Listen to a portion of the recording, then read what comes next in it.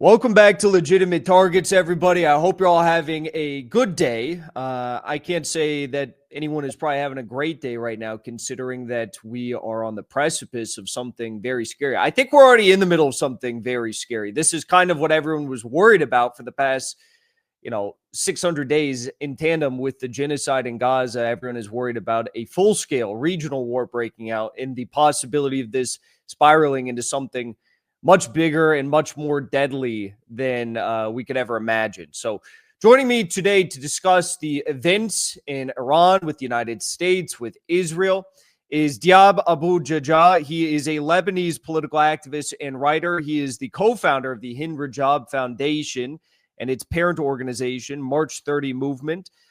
So welcome to the show. Thank you so much for joining me. How are you doing today? I'm fine. Thank you for having me. How about you? Of course.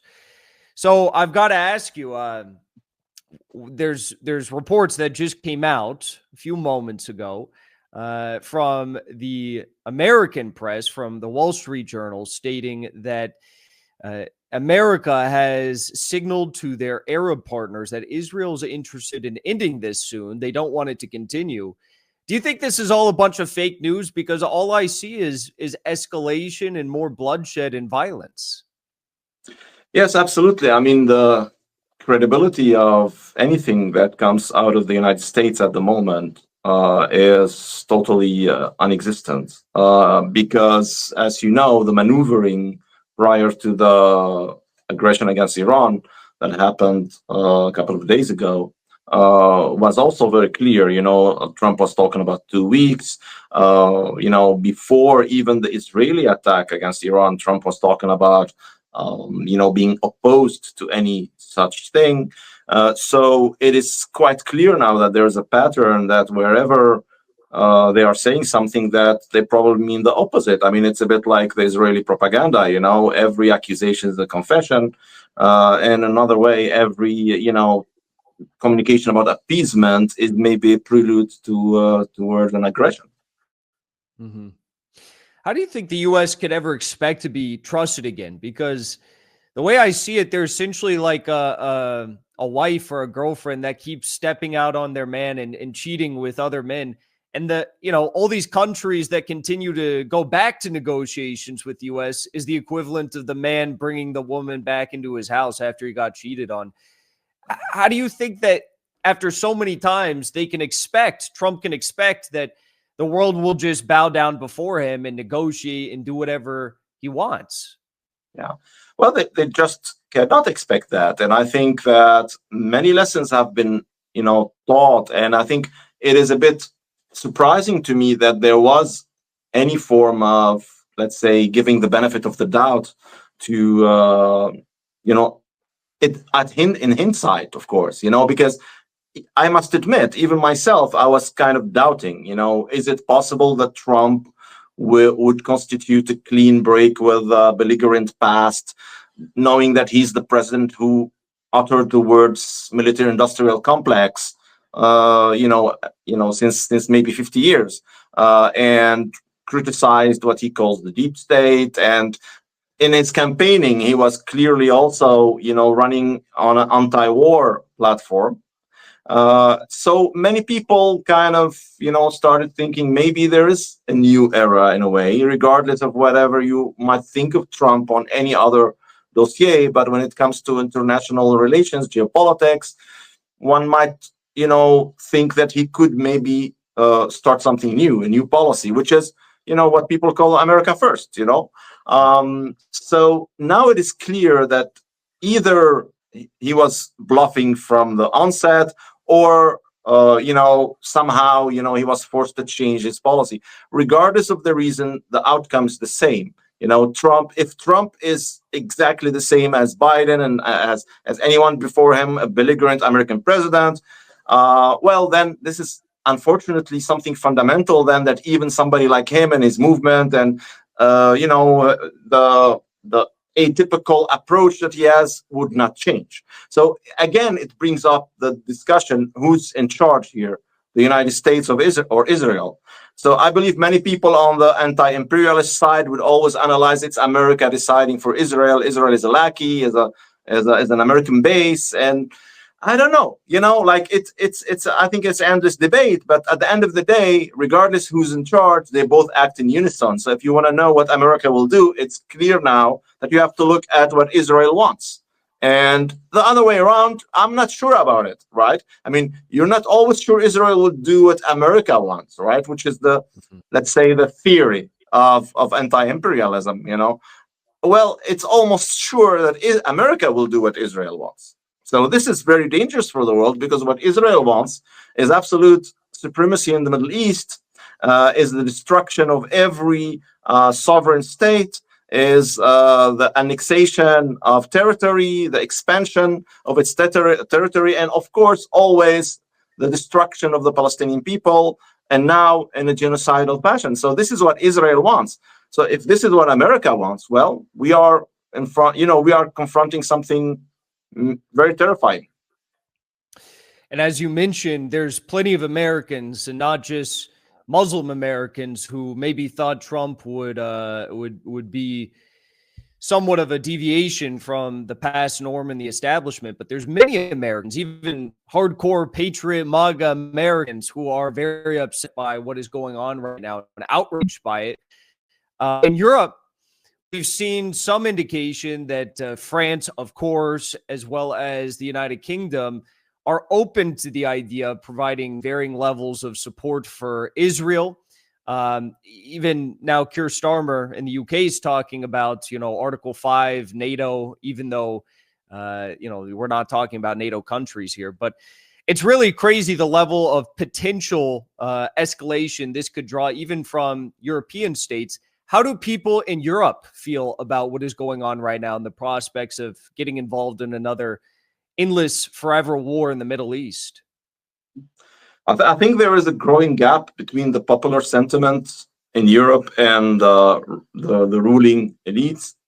And I think that the popular sentiment in Europe in general is opposed to war, regardless of the analysis that can, goes that opposition. Some of them are opposed to war just because of pragmatic reasons. They fear that this will affect their lives, that this will further deplete their economical resources, especially after the Ukrainian war, where Europeans in the beginning were very supportive of Ukraine and feeling that they should really support their governments to send weapons and financial means. After a while, they realized that this has an impact on their lives, and we saw that support disappear or let's say diminish. I think this has informed the position of the average European citizen on war since then. And on the other hand, you see the growing awareness of what's happening in Palestine, which is a phenomenon that is global, not just in Europe. It's also in the United States and beyond, in most countries of the global South. So these two factors combined make that a majority in Europe are opposed to any war against Iran.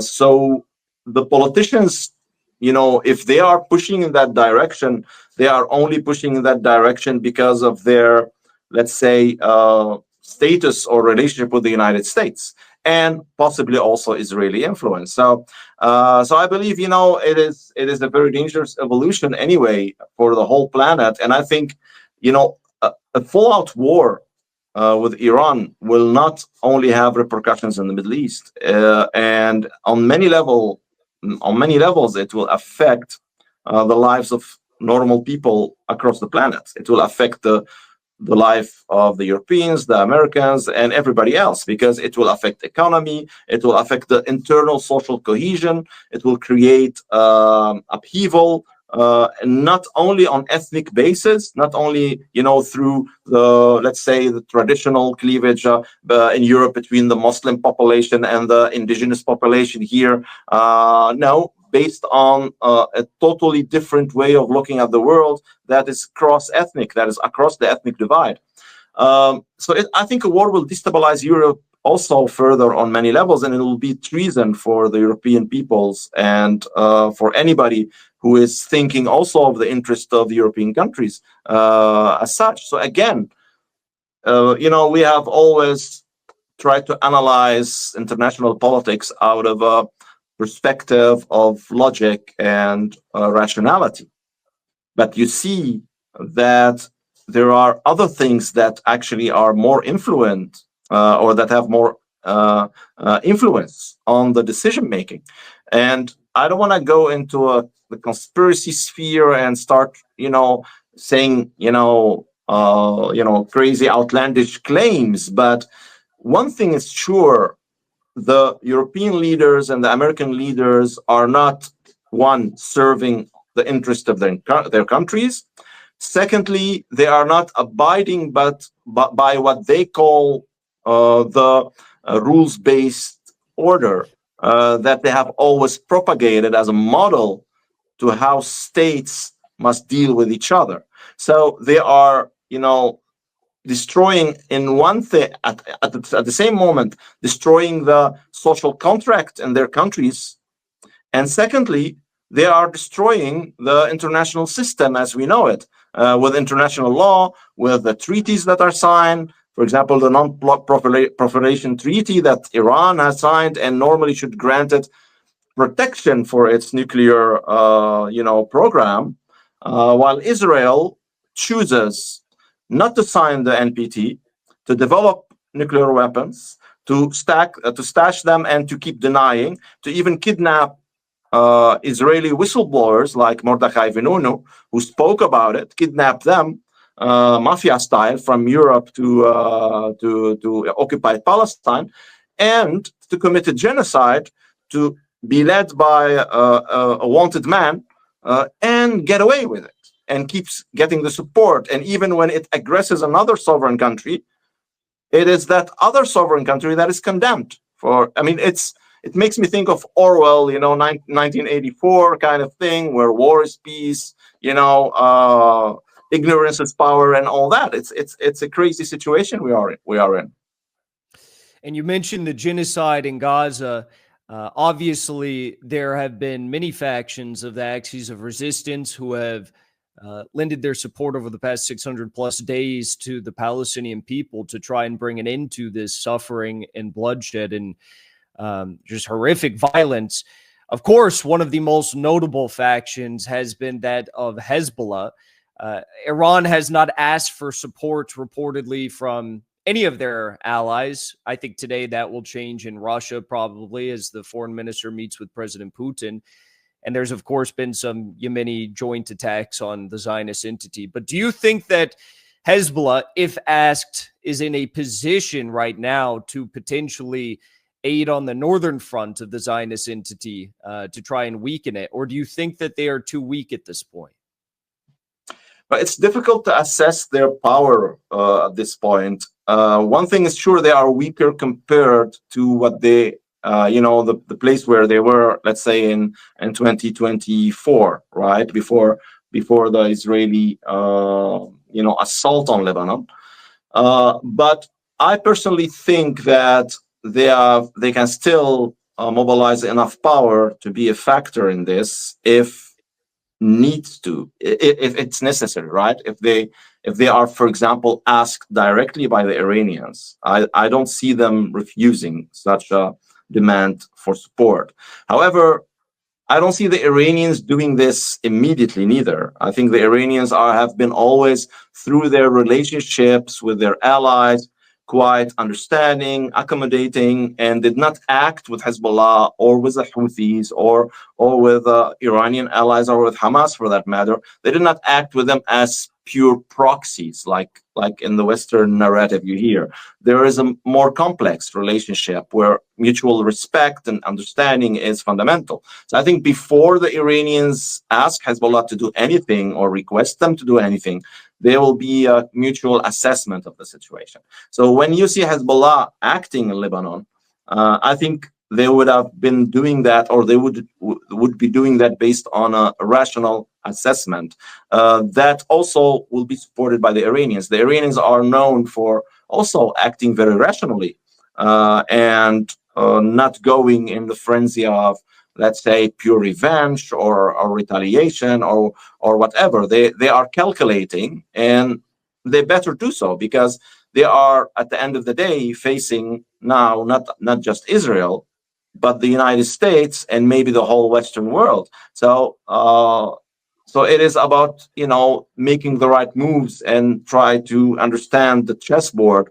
correctly. This is where they are at now, because what the Iranians, or what the Iranians have always tried to do is to preserve the interest of their people and of their state, which is the opposite of what can be said of, let's say, the Western countries or the Americans at the moment, the American administration.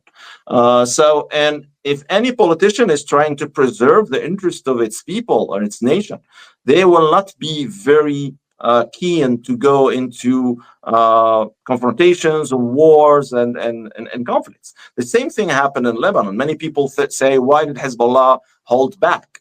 Hezbollah did not hold back. It was trying to accommodate the reality of the Lebanese geopolitical context, which is very complicated and very fragile. And at the same time, try to help Gaza, or try to, let's say, take some of the pressure. And Hezbollah knew from the beginning that this is almost an impossible balance to keep, that eventually they will end up paying a price as an organization. But at the same time, they knew that if they went in full attack mode, they will also face a full attack mode from the Israeli side, not just on its own organization or its own support base, but on the whole country. So it is difficult to, assess whether that was the right or the wrong strategy. You could debate that, but there was always that rationality in their process of decision making, and I believe this will not be different. They will keep their wits about them, and the Iranians as well, and they will consult. Mm-hmm. I think one of the big problems here, though, is that Donald Trump just frankly does not understand anything that's going on in this region. And I think he honestly believes that Iran is just another, small power that will be easy to topple. Israel's got their iron domes, they got their nukes, they got this, they got that. And that in time, Iran will collapse, or it'll weaken and it'll bend the knee. What about Iran, a country of roughly 90 million people with a very strong, military apparatus, military technology, and very strong international partners, if need be? Do you think Trump doesn't understand here? I honestly don't know what Trump thinks or understands. It's very difficult to, make an idea about what goes in the head of Trump. And I think everybody's struggling with that. Maybe Trump himself is struggling with that. I don't know. Well, now he's saying he wants regime change. He tweeted that out last night. Yeah. But does he? Right? I mean, this is the thing. Like if there was he said he's the ultimate negotiator. Maybe he's the ultimate poker player. I don't know. So it's very difficult to assess that. But what is maybe less difficult to understand is indeed that Iran has the geopolitical depth to endure a major assault on its territory. I mean, we're talking about not just 90 million people, we're talking about 1,600,000 square kilometers. Okay. Mm-hmm. So in terms of geopolitics, you cannot bring down such a regime from the air. You cannot bring down such a regime with airstrikes. I mean, it was even impossible to bring down the Iraqi regime with airstrikes, or the Afghani regime. You have to go on the ground. So is Trump willing to send American youth to fight and die in Iran to bring down the regime there and accommodate the Israelis? Is this what Trump wants? If the answer is yes, well, then we are in front of a very bloody and unpredictable and volatile situation. If he's not, then there's no way that Iran will be the loser of this round, because at the end of the day, the survival of the regime is then guaranteed if Trump is not willing to send troops on the ground.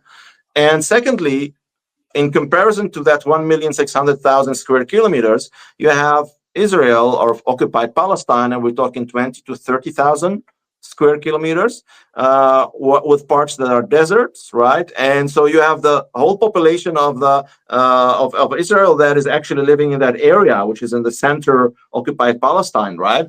And where are they going to go? I mean, the Iranians can't leave Tehran and go to the mountains and to the villages. I mean, they have a continent basically at their disposal.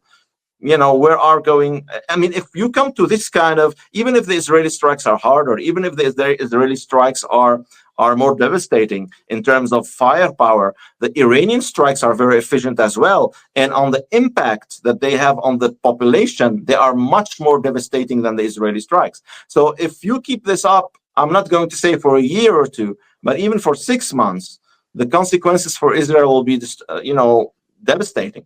And so this is why the Israelis need Trump to step in and to finish the fight for them. I mean, they started the fight, but they cannot finish it. To be honest, I mean, they cannot finish any fight. They cannot even finish the fight in Gaza. Despite the continuous non-stop flow of American and European weaponry, and every time that the Israeli bomb hangars are empty, they are refilled. Imagine this wasn't the case. I mean, they cannot even handle Hamas on its own, Israel. But so Israel is fighting with American power already in terms of weaponry and support, logistics and intelligence support and air support and coverage. But it will not be enough. If the Iranians do not capitulate, they will win. Unless the Americans step in then. But then we are in a different thing. But Israel cannot win this on its own. They can, I mean, it's about what makes me sometimes worried about, I mean, how do the Iranians see that? Because that's maybe the other side of the coin. The Iranians have this rationality that's typical for the Iranians, might push them to accept now a bad deal and to stop this. And then Israel, and this would be terrible, because Israel can then claim victory, and Netanyahu will continue then with his genocidal endeavor in Palestine. I mean, this might be a possibility that I do not exclude. I don't know. I cannot get into the head of the Iranians as well. What I know is that they are rational, and they might make an assessment if they think only in terms of national interest. Only on that level, they might accept a bad deal at the moment, right? To avoid bloodshed and to avoid destruction, and thinking, well, we will live to fight another day, like they accepted with the war against Iraq, because in that war, I mean, that's a long time ago, but I was like, young guy at the time, and I was following also politics. Imam Khomeini, the predecessor of Ayatollah Khamenei and founder of the Islamic Republic, said that, well, it is a poison, I'm drinking poison by accepting this ceasefire, but I have no other option. Iran wasn't defeated, but the things were, the situation was tilting towards Iraq. Of course, Iraq supported by the United States and the West at the moment, to attack Iran. So would we witness another moment of drinking this poisonous glass again by Ayatollah Khamenei? I don't know. I don't think so, but I cannot exclude it. I sure hope not. At that point, there would be no need for regime change, because the Zionists would have already gotten everything they wanted, I think. Exactly. Absolute total humiliation. Yeah. Oh God, yeah. That I mean, not just that, Jackson. Not just that. They would have gotten also their carte blanche to do whatever they want in Palestine, to continue the genocide. So such a decision will be catastrophic. Absolutely. So you mentioned, and I'm not an expert on these sorts of groups within Iran, but you mentioned, as for the likelihood of regime change, if the U.S. is not willing to put boots on the ground, then it's a non-starter. It's dead on arrival. Well, in Syria, they achieved a great deal of success. They were completely successful by way of weaponizing these proxy terrorist groups and from various sections of ethnic regions of Syria, and people not even from Syria, Tajiks, Uyghurs, all these sorts of people, Uzbeks. Is it possible that in Iran, the U.S. regime change, deep state could snap their fingers and supercharge some of these different groups, like their MEK or something? There's something like that. I mean, I don't know these groups that well in Iran, but I'm very familiar with how they operated in Syria. No, this is not possible in Iran because the nature of the Iranian regime and the Iranian people is different than that of the Syrian regime at the time and the Syrian people. And what I mean by that is while the Syrian regime had support base, the support base was a minority ethnic group. Okay, of course, the pro-regime people would argue, no, but it represented also some Sunnis and some other people. Yes, sure, there were some Sunnis supportive to it, but the genuine support, which is not really supporting the strongest and being close to the power, right? The genuine support for the regime was among the Alawi community and the Christians and other minorities, the Shia minority and so on. So it was a minority-based regime. That's why it could be manipulated. I mean, if it was in a civil war, you would have a majority group, which is then an incubator for any anti-regime forces, right? This is not the case in Iran. The Iran is based on a majority regime. The Iranian regime is a majority based. It is rooted in the Persian majority, which is the ethnic majority of Iran. You have other groups, of course, in Iran. You have Azeris, you have Kurds, you have different other groups, but the regime is rooted in the Persian ethnic majority, and it is a Shia regime, which is rooted in an absolute majority of Shia in Iran. So this is one difference. The second difference is the nature of the regime itself, not just its support base. The regime in Iran is a rational state-like regime. It is an ideological state. It is, some people say, a theocracy, whatever, but it is a state. It is a rules-based regime. The regime in Syria is typical, Arab corrupt regime, which is based on, it had some ideological declarations, and it has some principled position towards Palestine and the resistance movements, of course. But even the resistance movements who supported the regime knew very well that the regime is also resting on a lot of kleptocracy systems and mafia and typical corruptions, right? So Iran is not like that. I'm not saying there's no corruption in Iran. There's corruption everywhere, also in Iran. But the regime is not based on corruption. The regime is based on rules and on institutions. So these are two major differences. I believe any attempt to do a proxy invasion of Iran will be crushed by the Iranians. It will be nothing different than a Bay of Pigs attack or something like that. It will be, if they start that, they will be given a present to the Iranian regime because they will be transferring the battle to a ground battle that they will lose, and then the regime will be victorious and will, capitalize on that victory. Mm-hmm. I think that's a perfect note to wrap up on. Dyab, thank you so much for joining me today. Where can people follow along with your work moving forward? Well, to follow what the Hind Rajah Foundation does, it's hindrajahfoundation.org, and you can also follow me on Twitter at Abou Jahjah. Thank you very much for having me, Jackson. It was great talking to you.